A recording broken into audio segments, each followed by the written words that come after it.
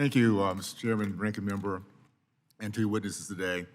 My home state of Utah has a remarkable story to share with other states and, more importantly, the federal government. They can follow the same type of success that has facilitated Utah's transit ecosystem to thrive. In fact, Utah's post-pandemic lessons are a stark contrast to the doom and gloom of some of the testimony today. Utah's Transit Authority does not run a budget deficit. Ridership is up 92% in pre-pandemic levels, and expected to exceed pre-pandemic levels by next year. It has not dug itself into a hole with fiscally irresponsible reduced fares. There are no National Guardsmen in Utah's transit because of safety, because safety is not an issue. Our riders are and feel very, very safe. The state legislature continues to make historic investments into transit.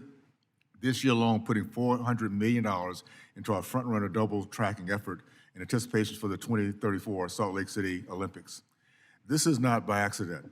The governor, the legislator, the city, and local officials work arm in arm with their Metropolitan Planning Committee, an organization, to anticipate transportation needs for the state and decades into the future.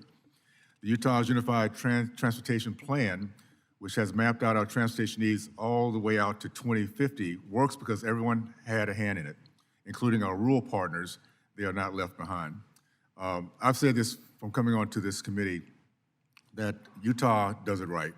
We collaborate, we're innovative, we think outside the box. We want to make sure we're keeping an environment that keeps our kids in Utah instead of exporting them.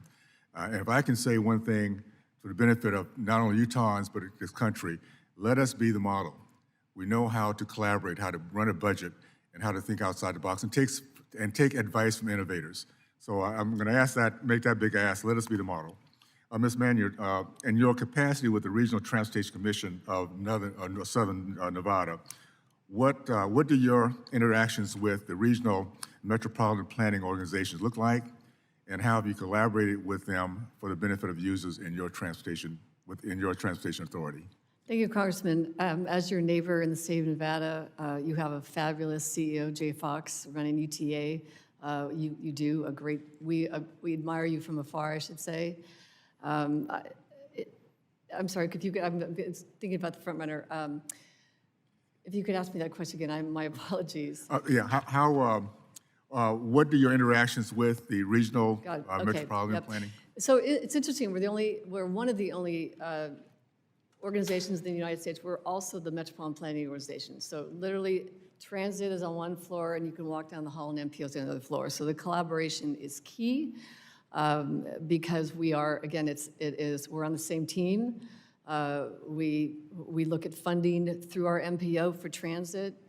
We work collaboratively as the MPO. Of course, they're the regional planning organization for all of Southern Nevada. We are the public transit provider for all of Southern Nevada, so it works very, very well. I know that's not always the case in the United States, but I think generally speaking, the nexus there to have both the MPO and the transit system under the same roof has worked exceedingly well. I just know we respect a mutual respect for what the state of Nevada is doing. Next one is Nevada, like Utah, has experienced rapid growth in the last 20 years, and the RTC, like UTA, is fiscally stable. What does Nevada and Utah get right that other states are missing? Again, I think a lot of it has to do with the investment that the community, the elected officials, whether at the local level or the state level, want to make in that system. I think that, I speak on behalf of the transit systems today, and I do think there is just some amazing transit CEOs that are doing the best that they can. I think we all take it very seriously how we spend tax dollars. We are a business. We may not generate a revenue, but we need to operate like a business. And I think when you look at it that way, again, it's looking at how you can more efficiently and effectively spend those tax dollars, and certainly understanding that we have been Utah, Arizona, Nevada, one of the fastest growing regions. It's understanding the origin and destination and where people need to be, and again, how you allocate the resources that you have. Thank you. And I'm just, as I close out, just say, I think we all need to look at this as a business, return on investment, and best value to our customers. So thank you so much. Appreciate that.